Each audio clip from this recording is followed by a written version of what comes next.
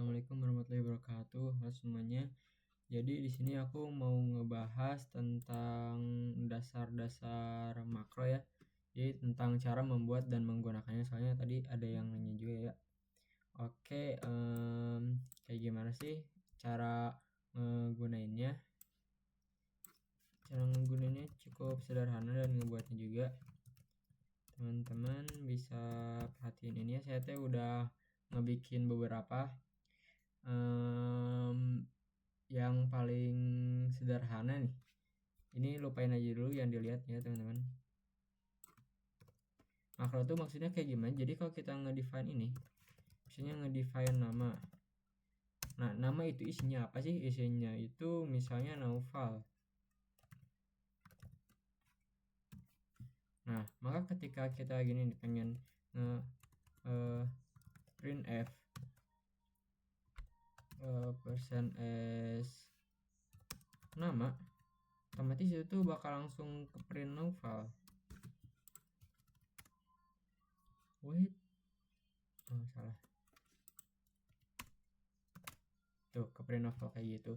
Atau kita bisa ngebuatnya lebih simple juga nih. Jadi misal kayak gini nih.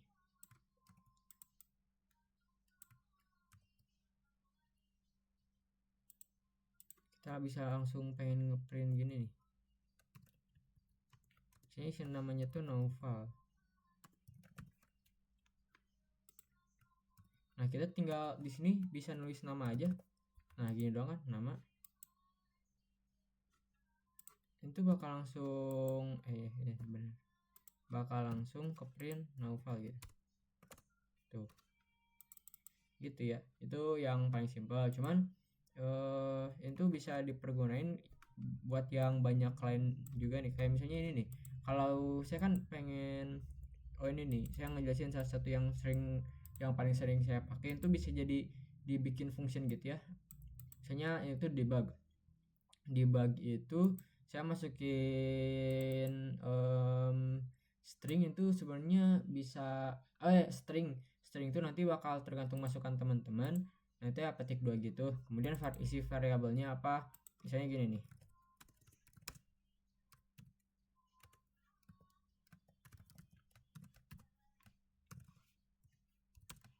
saya ngisi n itu nanti udah bakal masukin. Terus kita tinggal kalau ngedebug nilai n tuh gimana, tinggal gini aja nih, itu ya bebas mau n mau apa tergantung masukan teman-teman. Terus ya di sini tuh tinggal variabelnya n, otomatis nah itu bakal keluarnya kayak gini. Karena saya formatnya gini nih, persen s sama dengan variabelnya, otomatis bakal kayak gini nanti masukannya n5 tuh, jadi n sama dengan 5, n sama dengan 7 kayak gitu teman-teman. Ini buat yang function gitu. Jadi ya kalau di sini str, di sini manggil si stringnya str, kita ngebuat variabel di sini variabel. Itu sebenarnya bebas ya,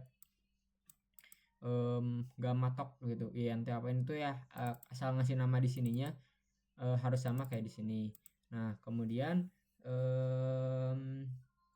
apalagi ya, oh ya, saya ini ngedebug ada define the bar itu kayak debug, cuma itu ngedebug array, debug array.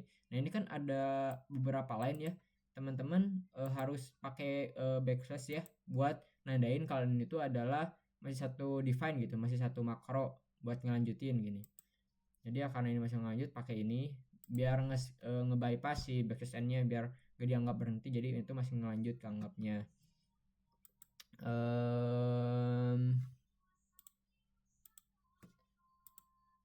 Yang pertama itu saya ini tuh tuh buat nyimpan si variabel array-nya, misalnya gini nih, dan n itu ya jumlah array-nya. Misalnya ya saya pengen scan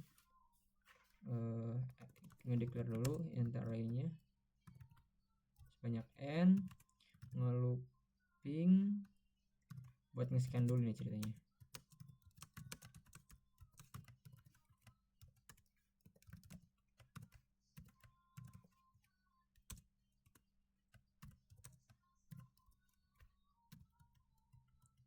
Nah, sekarang tinggal ngedebug array-nya, the bar namanya. Ini tuh saya nyimpan salah, itu disimpan di array index i. Jadi ngedebug arraynya itu tinggal r, banyak arraynya berapa, n. Otomatis itu bakal ketahuan isinya apa. Yang saya tuh jumlah arraynya tuh ada 5, satu arraynya itu jumlahnya ada 5, isinya tuh 4, 5, 1, 2, 8 tuh.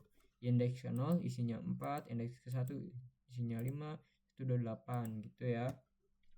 Nah, enak ya. Jadi teman-teman gak usah di sini gak usah nulis for gitu kalau mau ngedebug tuh, tinggal ya panggil debug, panggil si makro itu debar. Nah, nanti bakal langsung kayak gini formatnya tuh. Ini kan saya udah bikinnya kayak gini ya. R dalam kurung %d ini buat si indeksnya, kemudian %d buat si array di indeks tertentunya. Kemudian ini nl printf, biar saya cepet ya. Kadang kan kita perlu ngeprint f backslash n, saya tinggal pakai nl aja new line. Ini tuh ya saya banyak pakai gini tuh karena di CP itu menuntut buat cepat. Tapi ya kalau teman-teman pengen pakai ginian juga ya, kalau penasaran gitu, coba tahu ya ngebantu teman-teman biar ngodingnya lebih cepat, nih boleh banget digunain. Kemudian ini ada yang lebih singkat lagi nih. Kan ini tuh biasanya formatnya selalu gini kan, ngedeklarasiin n terus nge-scan n. Ini tuh lumayan sering ulang-ulang, jadi saya tuh karena ini sering format soalnya tuh sering pakai gini, jadi kenapa saya gak bikin makro aja, tinggal misalnya saya pengen ngedeklarasiin n dan nge-scan n, otomatis itu saya isc bikin bikin makro define isc itu int scan, tinggal isc n. Nah, sekarang kita debug si n nya, n sama dengan berapa sih, padahal kan ini tuh cuman isc doang ya, padahal nggak ngedeklarasi ini sih, emang nggak nge-scan, tapi ini tuh bakal nge-include semua ini. Nah, saya tuh langsung berhasil nge-scan 5 tuh. Wait, oh salah, ini gini nih, sorry 5 tuh, ini sama dengan 5, 8, 1 gitu ya. Itu udah langsung nge-scan. Terus ya ada nih yang sering repeat ya sering digunain berulang-ulang, tapi ya kita teh ngetik gitu lagi. Saya kepikiran ada saya kenapa nggak bikin define aja, nggak bikin makro aja, ada makro loop scan, jadi ngelooping buat nge-scan jumlah array. Nah itu isinya tuh ada arraynya, kemudian mau dimulai dari mana, mau batasnya sampai mana. Misalnya gini nih, loop scan. Kita ngedeklarasiin arraynya dulu nih, array sebanyak n misalnya gitu. Ngeloop scan si arraynya, dimulainya dari apa, dari 0, batasnya sampai n. Nih, sekarang kita debug arraynya.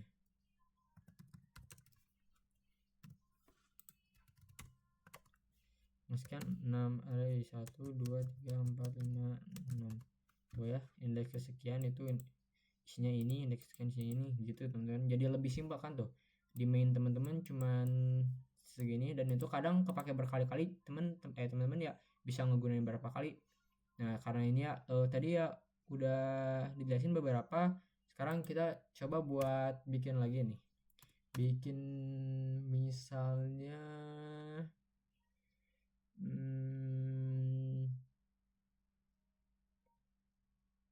gini, mau ngeprint sesuatu dalam looping, define loop print misalnya gini, string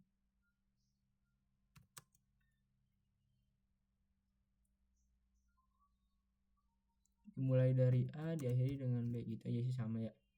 Nah karena ini tuh lainnya berlanjut, jangan lupa pakai backslash, bikin loop.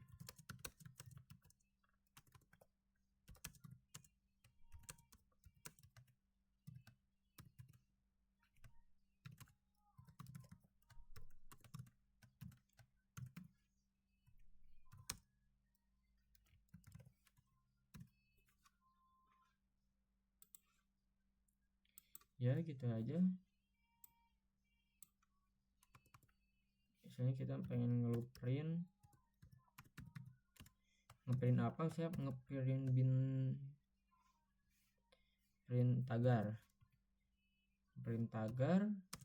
dimulai dari 0 sampai 5, berarti ini tuh bakal sebanyak 5 kali. Wait, oh ini ada lupa ininya, backslash-nya, jadi keanggap berhenti gitu si define-nya. Masih error.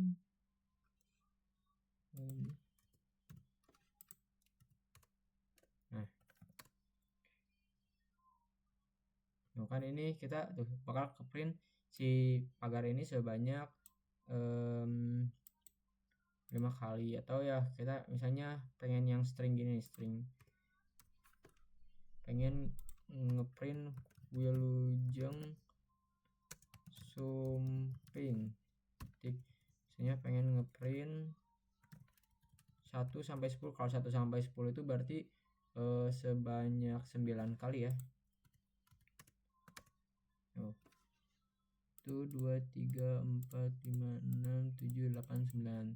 Ya sekiannya teman-teman, itu yang dasar-dasarnya aja sih teman-teman, bisa coba sendiri atau yang ngulik sendiri. Sebenarnya ada yang lebih ya kan, yang sempat diajarin sama Borsa juga, ada if def and if, ya yang kayak gitulah, ada beberapa penulisan makro lagi teman-teman, yang ini bisa pelajari sendiri aja.